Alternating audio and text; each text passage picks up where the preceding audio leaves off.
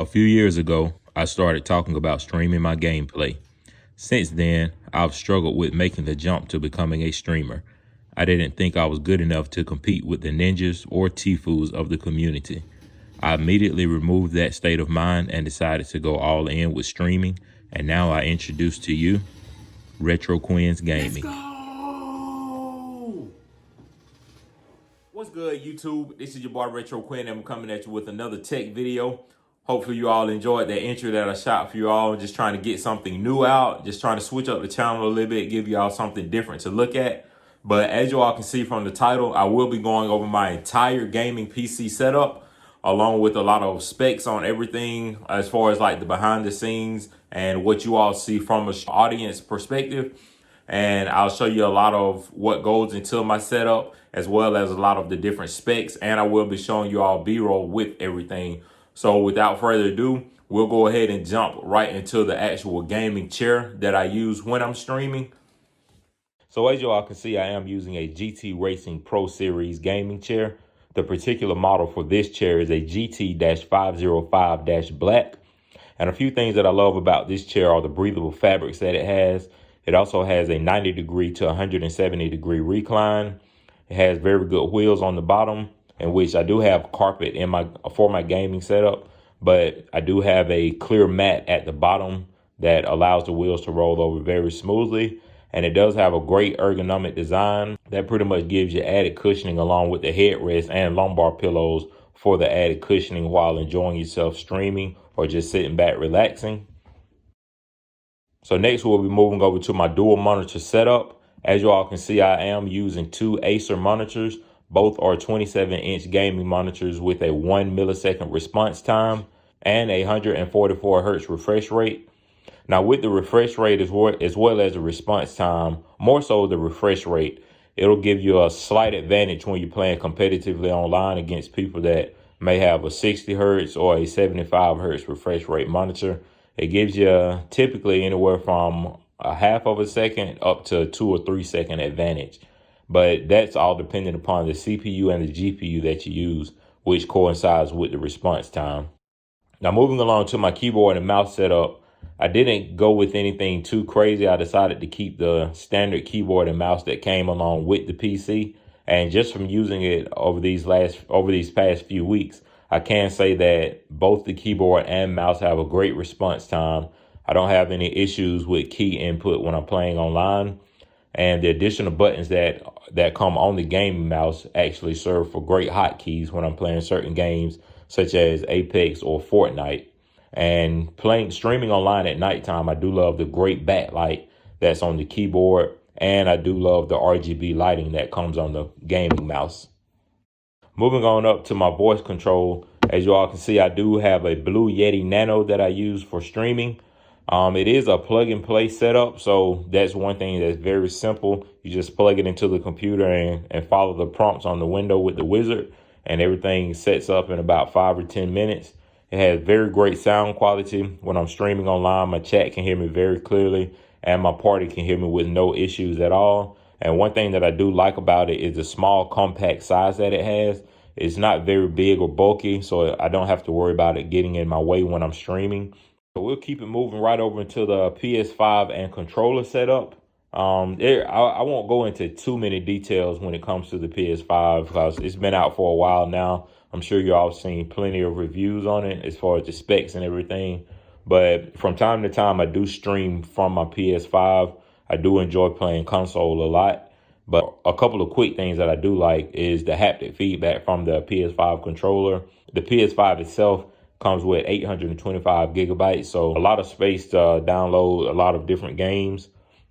And also it is able to be played in 120 frames per second, in which that will depend upon the output that you do have.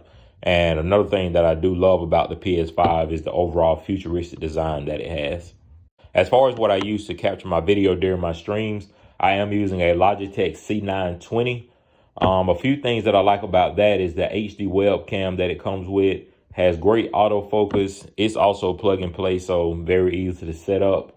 And it has a 78-degree field of view, so you're able to capture a good amount of my background when I do decide to use a background in my stream.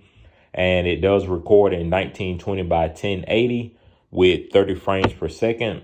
And as you all can see, attached to my Logitech C920 is a boom arm that I purchased. I purchased this just to give me a little more flexibility with my camera, and the sturdy design of it clamps right onto my desk, and I don't have to worry about knocking it and it falling over anything.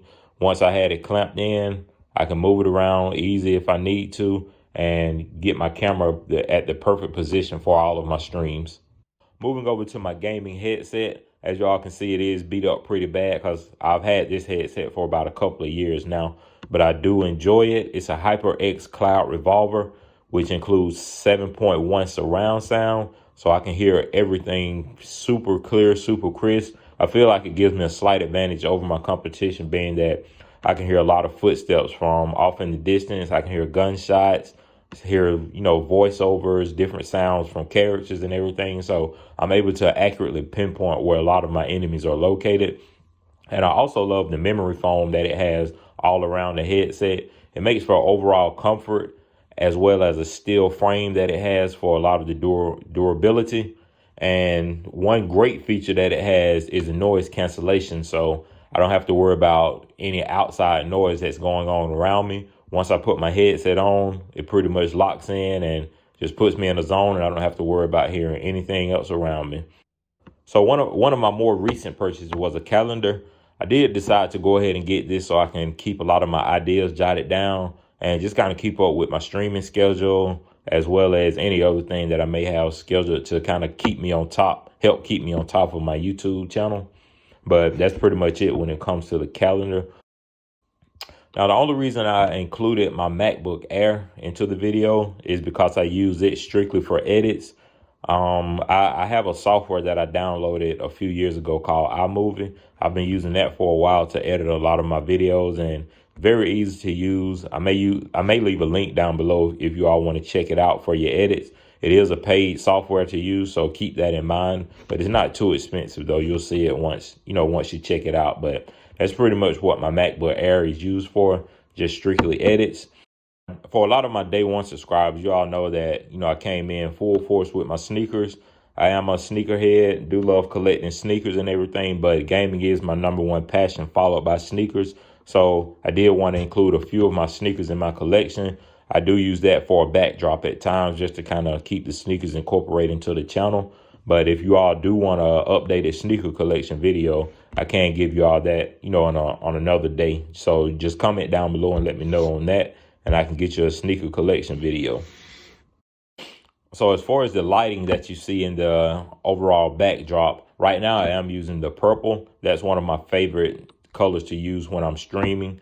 But I do have two RGB Wi-Fi light bulbs that I use. I will link those below as well. But I do like those because, as I did state, they are Wi-Fi compatible. So they connect to my phone very easily. And I download the app and I'm able to change to just about any color on the color spectrum that I want to use, depending on the mood that I'm in and what's going on along with my stream. And it just kind of makes for an overall good lighting setting in the back. So we're getting right to the last portion of my entire streaming setup. And I did want to save my CyberPowerPC for last. As you all do know, that is the main operating system, or pretty much the main power that gets everything running. And I did purchase this from Best Buy. I do have a video up on this already, so I'll make sure to link that down below so you all can check it out. But a couple of quick specs on the gaming PC itself. It is an AMD Ryzen 3 3100 processor.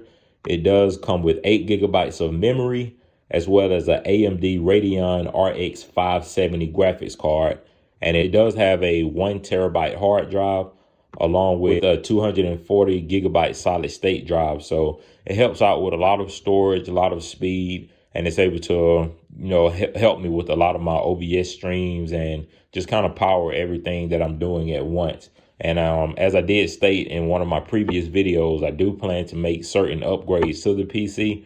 I've already included a Elgato HD60 Pro, in which I do have a video on that as well. So that'll wrap it up for the entire video.